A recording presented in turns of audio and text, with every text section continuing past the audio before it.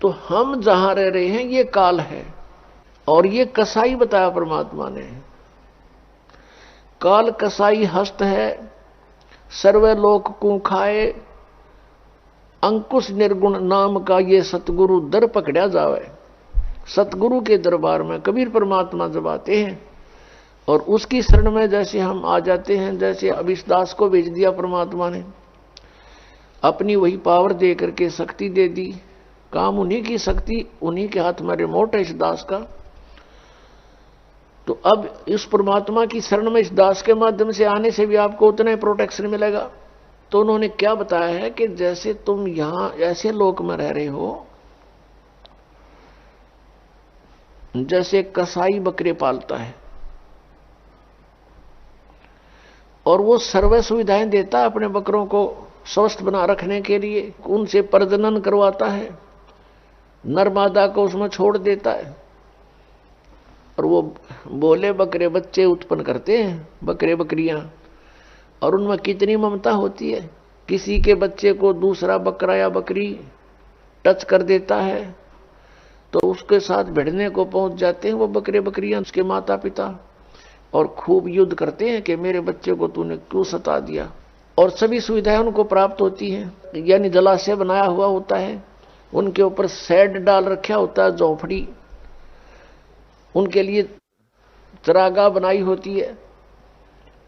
अब वो बकरे ये सोचते हैं कि देख हमारा भगवान, हमारा स्वामी, हमारा प्रभु कितना दयालु है, हमारी कितनी केयर टेक करता है, कितनी देखभाल करता है, कितनी सुविधाओं का ध्यान करता है, कितना व्यवस्था कर रखी है, जिस कारण से वो उसको अपना एक दयालु स्वामी मानते हैं। और जब वो कसाई उन बकरों में आता है, उसको एक नेक इंसान मान के, अपना हितैषी जानकर वो भोली आत्माएं, वो बकरे उसके पास आ जाते हैं। कोई तो उसको चाटता है, वो ऐसे हाथ लगाकर देखता है और वो प्यार करते हैं, जीभ से चाटते हैं उसको, अच्छा नेक आदमी मान के। और वो ये देख रहा होता है ये कितने किलो का हो गया, मांस कितना हो गया, ये कितने का बिकेगा, और वो भोली आत्मा उसको अपना मालिक मान रहे हैं। और कोई ऐसे दोनों पैर उठा के उसको प्यार देने की चेष्टा करता है, यानी इतने उसके ऊपर कुर्बान हो जाते हैं वो भोली बकरे। और फिर वो देखते हैं कि जब ऑर्डर आता उसको 10-20 बकरों का, तो वो ना देखता किसकी मां मरेगी, किसका बेटा मरेगा, किसी का भाई मरेगा, किसकी बहन मरेगी, डंडा लेकर और मोटे मोटे छांट लेता है और जाके कड़च कर देता है।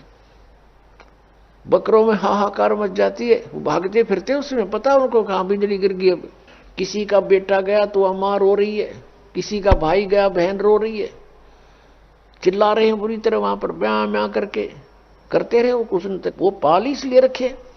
तो परमात्मा कबीर जी ने आगे बताया कि आपके प्रभु की ये दशा है जैसे उस कसाई की है। अब यहां इस पृथ्वी से परमात्मा कबीर जी से तप करके प्राप्त करी, और इसमें हम अपनी गलती से इसके साथ आ गए। अब इसने हमारा दुरुपयोग किया है, हमें सताने का हर संभव प्रयत्न किया है।